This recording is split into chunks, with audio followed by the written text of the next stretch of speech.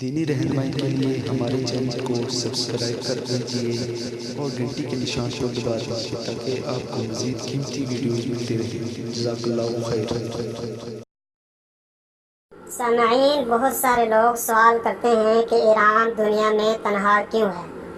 Khomeini سے پہلے والا ایران کیسا تھا؟ خمینی انقلاب سے پہلے ایران ایک طاقتور ملک تھا، اس کی معیشت مضبوط تھی اور عوام خوشحال تھی۔ تاہم چند شدت پسند مذہبی شخصیات نے ایران میں اپنا سیاسی اثر و رسوخ مضبوط کیا، جس کے نتیجے میں یورپی ملک فرانس میں مقیم شیعہ لیڈر خمینی کو ایران پر حکومت کا موقع ملا۔ انقلاب ایران کے بعد خمینی نواز آغاؤں نے ایک ایسے بوسیدہ نظریے کی بنیاد رکھی جس کی وجہ سے خمینی کو ایران میں امام زمانہ کا خلیفہ تسلیم کیا گیا۔ یہی وہ نظریہ تھا جس نے خمینی کو ایرانی عوام پر ہمیشہ کے لیے حکومت کرنے کا راستہ ہموار کیا۔ خمینی صاحب حکومت سنبھالتے ہی شاہ ایران کے حمایتوں کو یا تو پاسداران انقلاب کی مدد سے موت کے گھاٹ اتار دیتے ہیں، اور جو ملک سے فرار ہونے میں کامیاب ہوئے ان سے ایرانی پاسپورٹ چھین لیا جاتا ہے۔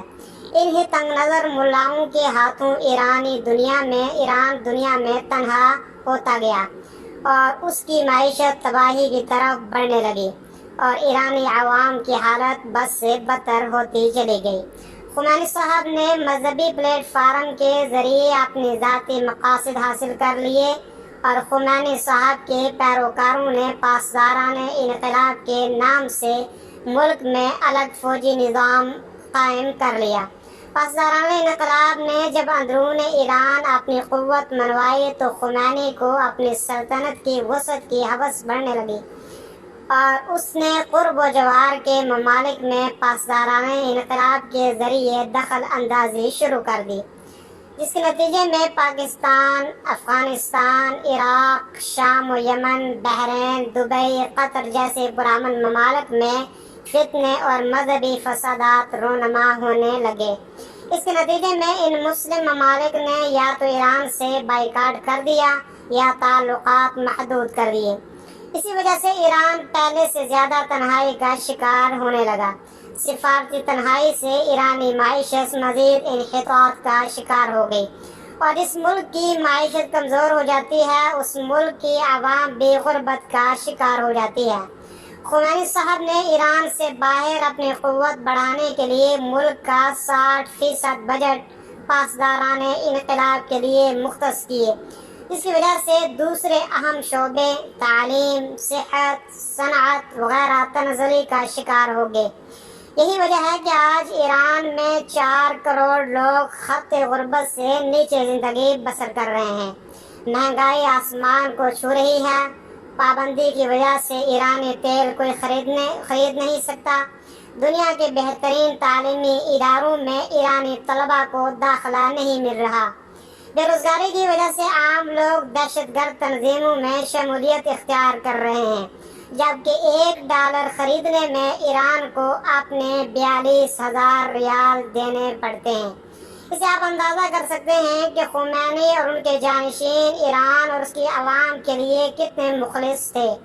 آج ایرانی عوام مہنگائی، بے روزگاری اور ملک کی معیشت کی تباہی کی وجہ سے سراپا احتجاج ہے، جبکہ حال ہی میں تہران میں عوام کی بڑی تعداد نے خامنائی کو ہٹانے کا مطالبہ کیا، جبکہ انہوں نے بیچ سڑک خمینی و خامنائی صاحبان کے پتلے بھی جلائے۔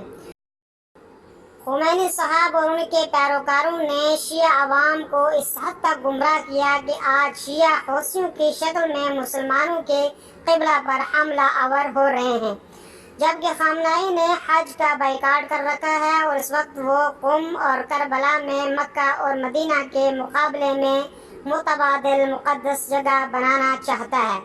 یہی وجہ ہے آپ کو دنیا میں بسنے والے شیعہ مکہ و مدینہ سے بڑھ کر ایران اور عراق کی زیارت کرتے نظر آئیں گے۔ خمینی انقلاب کے بعد ایرانی تاریخ کو دیکھا جائے تو یہ بات واضح طور پر سامنے آ جاتی ہے کہ ایران نے دنیا میں تخریب کاری اور دہشت گردی کے لیے فنڈنگ کے علاوہ کوئی انسانی کام سر انجام نہیں دیا۔ ایران اور سعودی عرب کی جنگ ایک نظریاتی جنگ ہے، تاہم سعودی عرب نے کبھی بھی کسی دوسرے ملک میں مداخلت یا فسادات نہیں کروائے، جبکہ سعودی عرب دنیا میں انسانی ہمدردی کے لیے بے شمار کام کر چکا ہے۔ خاص طور پر مسلم اقلیتوں کے لیے سعودی عرب کی قربانیاں بے مثال ہیں۔ اب تک سعودی عرب 10 لاکھ فلسطینیوں کو دائمی اقامت دے چکا ہے اور سعودی فلسطین کو سالانہ $148 ملین مالی امداد دیتا ہے، جبکہ 3 لاکھ برماوی مسلمان بھی سعودی عرب میں پناہ حاصل کر چکے ہیں۔ ہم ایران اور ایرانی مدافعین سے یہ پوچھنا چاہتے ہیں کہ ایران نے اب تک کتنے فلسطینیوں کو پناہ دی ہے اور کتنے دوسرے ممالک کے مظلوم مسلمانوں کو پناہ دی ہے، اور فلسطین کو کتنی سالانہ امداد دیتا ہے اور دیگر مسلم ممالک کی کتنی مالی معاونت کرتا ہے۔ خمینی اور خامنائی کے ملک سے باہر اپنی مذہبی بساط پھیلانے کی لالچ نے ایران کے کھربوں ڈالر کا نقصان کیا ہے۔ اس کی تازہ مثال یمن میں موجود ایک چھوٹا سا باغی گروپ حوثی ہے، جن کو ایران بیلسٹک میزائل فراہم کر رہا ہے، اور اب تک حوثیوں نے 104 ایرانی بیلسٹک میزائل داغے ہیں، جبکہ اس سے سعودی عرب اور دوسرے ممالک کو کوئی نقصان نہیں ہوا، اور کہا جاتا ہے کہ ایک بیلسٹک میزائل کی قیمت $1,20,00,000 ہے۔ اس حساب سے ایران اب تک حوثیوں کو $1,260 ملین کے میزائل دے چکا ہے۔ اگر یہی رقم وہ ایرانی عوام پر خرچ کرتا تو ایران ایک خوشحال ملک بن جاتا۔ حوثیوں نے ایرانی عوام کو کون سا فائدہ پہنچایا، یہ سوال آپ کے ذمہ ہے۔